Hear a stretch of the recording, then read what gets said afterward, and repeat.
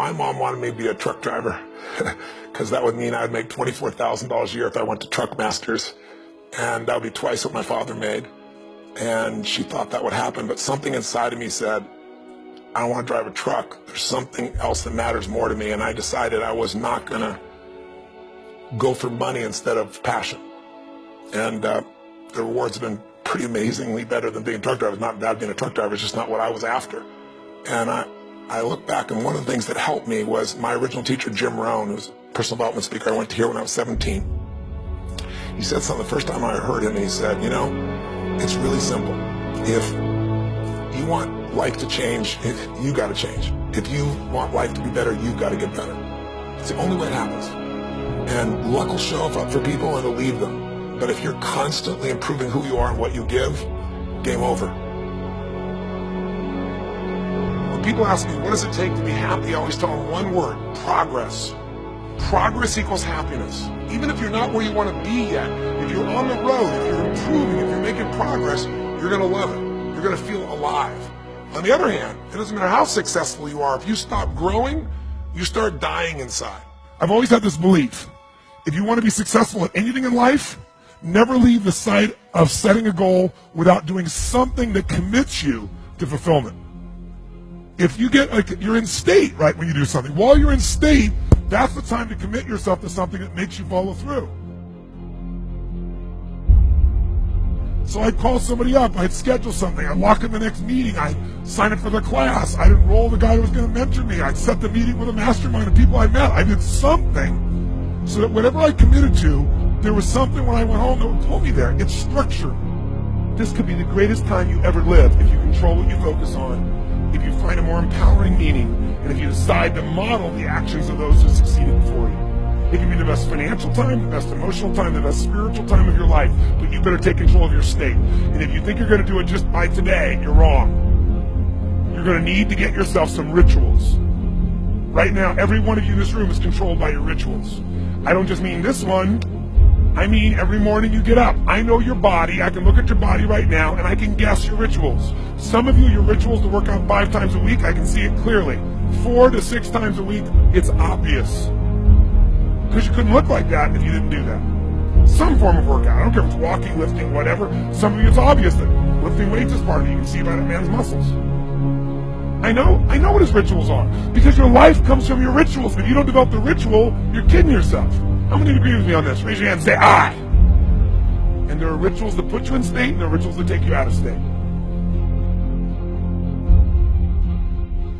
But if you've got what you know, that focus, the target, and you got the toolbox, and you're still not getting what you want, it's because you got inner conflicts. That's the third pillar. You've got to resolve your inner conflicts. Because that, as I try to explain to you, 80% of success in anything is your psychology, and 20% is the mechanics.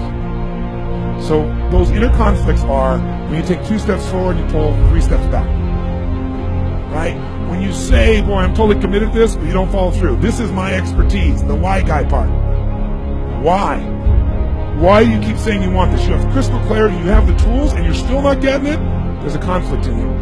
Align your life with what is most important. And then once you are in a position where you're aligned, guess what you'll do?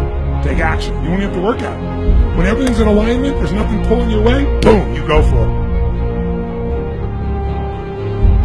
Progress comes when you tell yourself the truth and you're able to feel the uncertainty and take action anyway. The thing that stops us all is fear. It's no surprise. Fear of failure, fear of rejection, fear of the unknown, fear of not looking good. And that fear we can translate into the simple thing of uncertainty. Now, when you look at someone who's incredibly successful, you look at someone who's truly a leader in their life or in their field, the one thing they have in common is they exude this sense of certainty. Now, where's that come from? Is it inborn? Are they lucky? Are things just going their way? No, great leaders know how to step in the uncertainty and bring the certainty to the situation. Most people in life, we really feel like the level of stress in our life comes to how much of life do you feel like you control, or how much does life control you? Do you tend to control more of what's going on, or events controlling you? It's very easy to have those events start to take control unless we take control of what's between our ears, our own mind. You see, what you and I focus on massively affects how we feel, whether we're thriving or surviving. If you focus on what you can't control, If you focus on the past, if you focus on what's missing from your life constantly, that pattern of focus will make you frustrated, overwhelmed, depressed. It won't even matter if you're taking antidepressants. If you keep focusing on what you can't control, what's missing from your life, you're going to feel depressed still. You can take as many antidepressants as you want. Focus equals power. If you want to thrive, you got to focus on what you can control. You got to focus on the difference you can make. You got to focus on what's already in your life that you're grateful for. So you got to find a story that's going to empower you to act.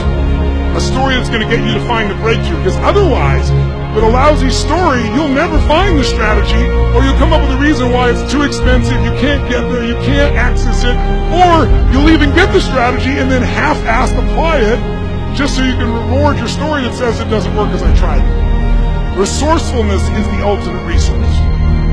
And if you don't have what you want, stop telling yourself the story because you don't have the money, you don't have the time. That's bullshit. It's because you haven't committed yourself where you would burn your boats. If you want to take the fucking island, burn your fucking boats. And you will take the island because people, when they're going to either die or succeed, tend to succeed.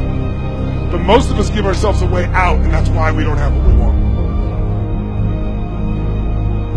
I was thinking about where this journey began for me, my desire to serve. Every day before I get on stage, I do this thing to whip myself into a big state, and then my last words are, use me, Lord. That's my prayer. And every day my goal is to be a blessing in people's lives. Just do more, give more, share more, create more. What you need will be there. It's like air. You don't stop to think about when you take a breath whether it'll be there or not. It's always going to be there. Yeah. You just got to do your part. Early in my life, one of my mentors, a man named Jim Rohn, said, Tony, all you have to focus on in your life is find a way to add more value than anybody else does, and you'll never have to worry about anything.